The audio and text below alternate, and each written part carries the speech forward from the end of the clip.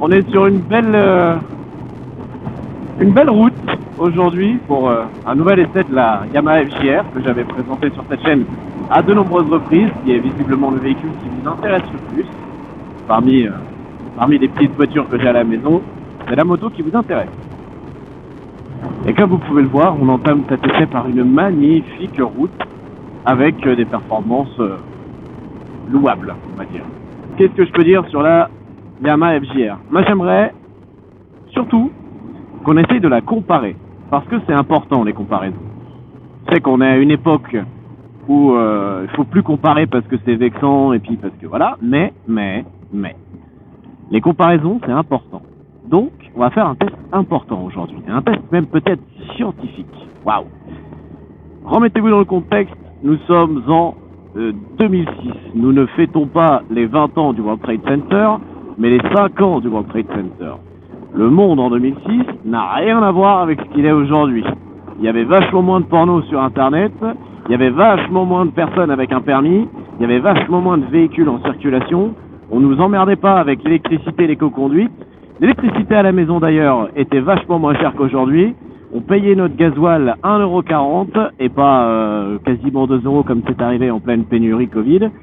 L'époque était différente, parce que pour le coup, quand on compare, faut pas mettre de jugement. Après, les gens se vexent. Donc, je vais pas dire que c'était mieux ou que c'était moins bien. Je vais dire que c'était différent. Voilà. Ça aussi, c'était intéressant. Et en 2006, donc, vous pouviez acheter ça. La FJR 1300. Vous pouviez acheter d'autres choses d'ailleurs, d'autres choses qui marchent plus fort, c'est vrai. Vous pouviez acheter ses concurrentes de l'époque. Vous pouviez acheter une BM, vous pouviez acheter une Pan européenne dans une moindre comparaison. Vous pouviez également acheter une Triumph dont le nom m'échappe complètement aujourd'hui. Mais vous avez fait le choix d'acheter une FJR. Maintenant que vous avez une FJR, vous êtes le plus heureux parce que ça tient la route, ça marche fort. Vous pouvez prendre un passager, vous êtes en confort, vous pouvez avaler des bornes, c'est fiable, ça consomme pas trop, même si à l'époque c'était moins un argument qu'aujourd'hui.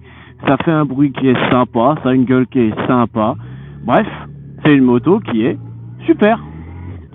Et du coup, nous revoilà aujourd'hui à notre époque, en 2025.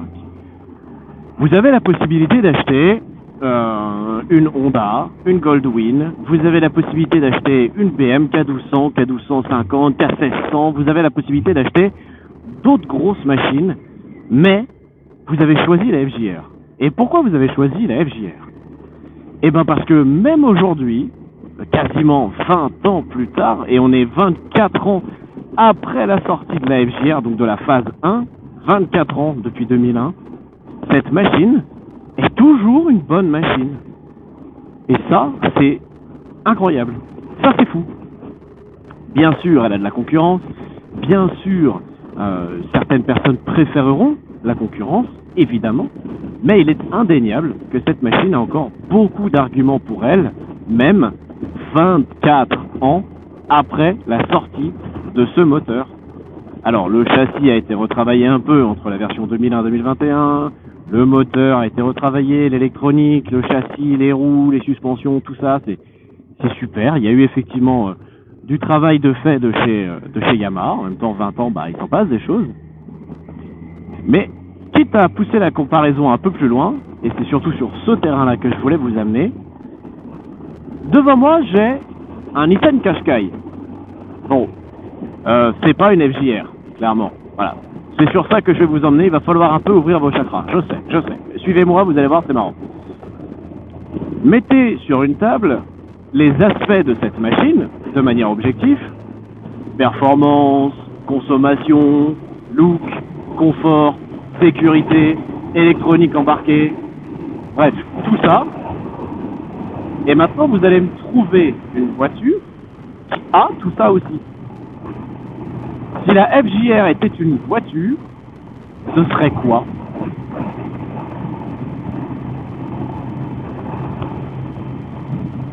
Ah, il n'y a pas de cut dans la vidéo là. Là, c'est une vraie question, c'est pour vous, c'est cadeau. Vous avez 30 secondes pour réfléchir. Ça y est, vous avez réfléchi, vous avez une idée? Bon. Moi, je vais vous dire à quoi je pense. Et après, on en débattra dans les commentaires si évidemment vous n'êtes pas d'accord. Je pense que, heureusement, malheureusement, je ne sais pas, si la FGR était une voiture, elle serait probablement allemande. Parce que, à mon sens en tout cas, il n'y a que les Allemands qui s'amusent à mettre de gros moteurs avec de grosses performances dans des véhicules qui n'ont rien demandé à personne. Alors, ça existe aussi aux US, on est bien d'accord, mais la finition n'est pas la même aux US, généralement c'est moins haut de gamme, et généralement aux US, c'est pas facile, hein. C'est des caisses avec 400 chevaux sur les roues arrière, et ça ne demande qu'une seule chose, c'est de vous buter. Là, la FJR, elle est facile. Vous achetez une BMW M3, M5, une Audi RS6, RS3, c'est des voitures qui sont faciles, alors que ça marche, mais alors, ça a des chevaux dans tous les sens. Mais pour le coup, c'est facile. Donc je pense que la comparaison, elle pourrait avoir ce bon point de départ. La FJR serait une Allemande. Yeah. Une Allemande sportive, qui plus est. Donc vraiment pas destinée aux mêmes gens qui achètent une FJR aujourd'hui. Hop. Ah oui, on a dit pas de... Je donne pas mon opinion dans les comparaisons, après les gens se vexent. D'accord, ok. Bon bref. On a une moto qui, globalement, c'est une grosse moto. Donc il faut aussi prendre ça en compte, le gabarit de la voiture. Il existe plus gros, mais c'est une grosse moto. Donc je pense pas que ça soit un 4x4 ou un SUV, mais je pense qu'on est sur une berline. Et je pense même qu'on est sur un break, vu la taille de l'engin. Donc on est sur un break. C'est plus ou moins sportif quand même, hein. En tout cas ça a des chevaux. Donc on est sur un break sportif, qui est relativement fiable, qui ne paye pas de mine comme ça, parce que quand on voit une FGR, on se dit que c'est une grosse mamie, on n'a pas l'impression que ça marche autant. Je veux dire, vous prenez une BMW S1000RR, ça se voit à la gueule de l'engin que ça marche, hein. C'est pas juste un kit aéro, c'est vraiment... il y a écrit sur le il y a écrit sur le côté de la moto, je vais t'atomiser si tu me testes. Donc on est sur une grosse machine, facile, avec des chevaux, fiable, avec une grosse qualité qui est le confort du conducteur mais aussi de ses passagers, avec une grosse bagagerie. Donc je pense que tout ici nous amène effectivement vers un break sportif. Break sportif, alors il en existe un peu partout dans le monde aujourd'hui, mais on va dire que les tenanciers c'est quand même les Allemands, et surtout Audi, je pense. Alors, vous pouvez ne pas être d'accord, et justement, dites-moi en commentaire pourquoi est-ce que vous n'êtes pas d'accord, et dites-moi à quoi vous pensez, à quoi vous fait penser cette FJR si on lui mettait 4 roues, tu vois, typiquement. Ça sera peut-être ça d'ailleurs, la vidéo d'aujourd'hui, ce sera peut-être ça le titre. Une FJR à 4 roues, ça donne quoi? Parce que quand on y réfléchit, regardez, 100 km/h compteur, 6 litres 4 de consommation moyenne, 135 000 km au compteur. Sans les mains, ça va tout droit. Cette moto, elle a déjà 4 roues en fait. Non. Je vous sens pas convaincu, il va falloir que j'arrive à vous convaincre. C'est le but de la vidéo d'aujourd'hui. Lorsque vous achetez une voiture, généralement vous la pensez rationnelle. Vous la prenez parce que vous en avez un besoin ou parce que vous en avez l'envie. Donc, si vous avez une grosse famille, vous achetez une voiture avec beaucoup de place. Vous achetez un 5008 par exemple, c'est la mode des SUV, c'est une grosse voiture, il y a cette place, il y a un coffre, vous achetez un 5008. Vous écoutez un peu ce que disent vos amis, etc. qui s'y connaissent. Ah non, Peugeot c'est de la merde, on n'achète pas une Peugeot, bon bah on achète un X3, un X5, une BM, une Audi, peu importe. Un Q3 par exemple, ça se vend bien ça aussi. Regardez toutes les voitures qu'on va croiser. Une C3, une Toyota Corolla. Est-ce que si la FJR avait 4 roues, ce serait une C3 ou une Toyota Corolla? Je pense pas. Une Nissan, je sais même plus ce que c'est Almera je crois. Je pense pas. Alors on continue, qu'est-ce qu'on a? Une 308, non plus. Encore une C3, non plus. Ah, qu'est-ce que c'est que ce truc? Une Ford, waouh. Une Mégane, waouh. Je ne pense pas. Je Je pense que la FJR, si on la mettait avec 4 roues, ce serait un truc qui vaut très très très très cher. Imaginez, vous pouvez partir en vacances avec femme et enfants, avec un grand coffre, avec une bagnole qui peut prendre 260 ou 280, ça dépend, en confort, avec de la technologie, de la sécurité, de l'espace, une protection au vent, qui du coup joue sur l'insonorisation, un Volvo. Ah non, vous n'avez pas le droit de comparer. Vous n'avez pas le droit de comparer la FJR à un Volvo XC90. Pourquoi d'ailleurs? L'aspect sécuritaire. Volvo, leur aspect, leur cheval de bataille, c'est la sécurité. À point tel qu'ils foutent des airbags de capot en cas de choc piéton. Bon, à ma connaissance, la seule moto qui soit vendue avec un airbag, c'est la Goldwing. Un véhicule typé confort, plus accessible, avec des performances qui sont bonnes mais pas exubérantes. Là, je pense qu'on est plus sur du Volvo, ouais.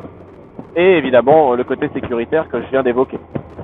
Je trouve que c'est un bon exercice. Enfin, en tout cas, voilà, ça m'amène à philosopher et à réfléchir. Mais typiquement, non, la FJR n'est pas un 2008, une Ford Focus, une C3, une 308. Là, voilà, sur ce rond-point, on a vu tout ce que la FJR n'était pas.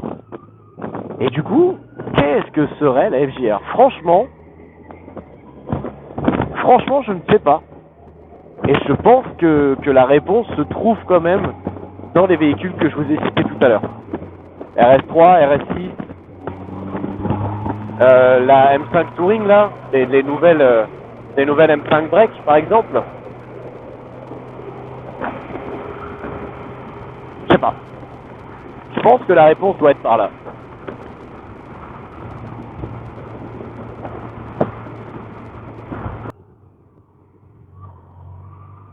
Vous avez des motos qui sont typées très utilitaires.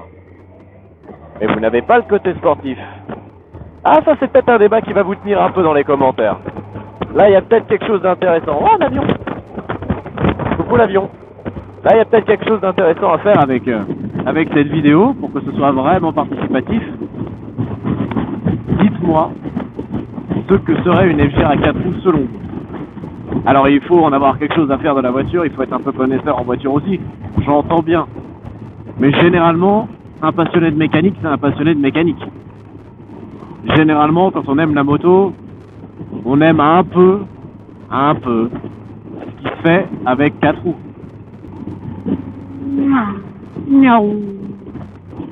La Hayabusa, typiquement, voilà. Ça, c'est une machine presque concurrente de la FJR, très intéressante aussi, mais qui n'a pas la même vocation. La GSXR 1300, je crois, Hayabusa, c'est encore plus un missile que la FJR, mais pour le coup, le but de la Hayabusa, c'est d'être un missile, c'est pas d'être une... Alors, en fait, si, j'allais dire, son but, c'est pas d'avaler des continents, mais une Hayabusa, ça avale des continents, c'est confortable, ouais. Mais pour le coup, c'est peut-être une Sport GT. Là où la FJR, c'est plutôt une GT Sport. Une Hayabusa, ce serait une Continental GT, par exemple, de chez Bentley. Je pense. Un énorme paquebot, confort, luxueux, avec un moteur de taré, qui avale des continents. Peut-être. C'est vrai que typiquement, vous voyez, quand je parle d'une Hayabusa, le premier segment qui me vient en tête, c'est la GT Sport par quintessence. Et quand je pense à la FJR, je pense plutôt à un break sportif. C'est intéressant comme comparaison, ça aussi.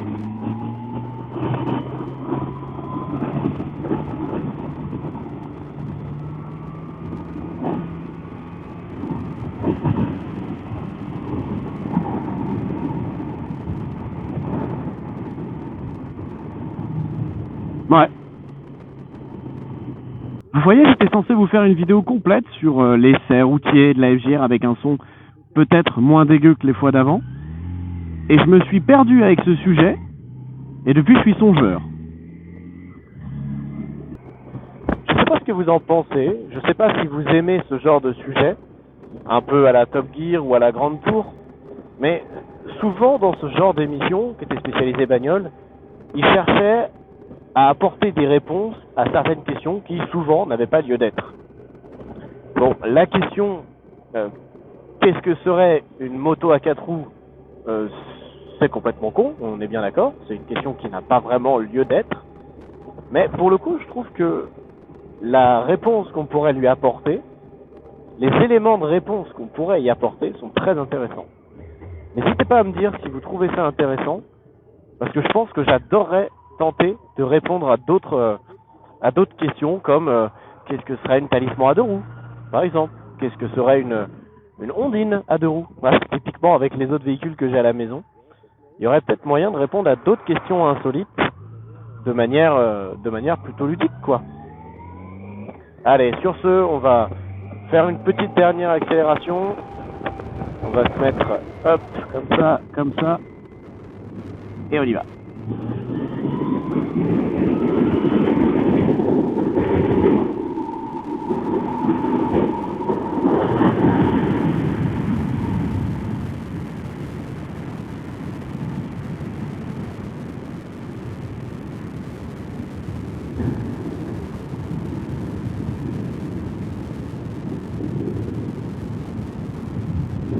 Écoutez, je ne sais pas trop comment est le son de cette vidéo, mais je vous remercie vraiment toutes et tous pour avoir suivi cette vidéo. J'espère que ça vous aura plu.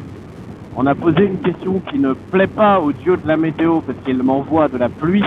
Envoyez-moi de la force. Sur ce, levez la jambe tendue, le salut, et je vous dis à toutes et à tous à très bientôt pour une prochaine vidéo. Excusez-moi d'ailleurs au passage pour la sortie décalée de celle-ci. J'ai eu pas mal de soucis perso ces derniers temps qui ont un peu bousculé mon planning. Allez, ciao tout le monde, prenez soin de vous et à bientôt pour une prochaine vidéo.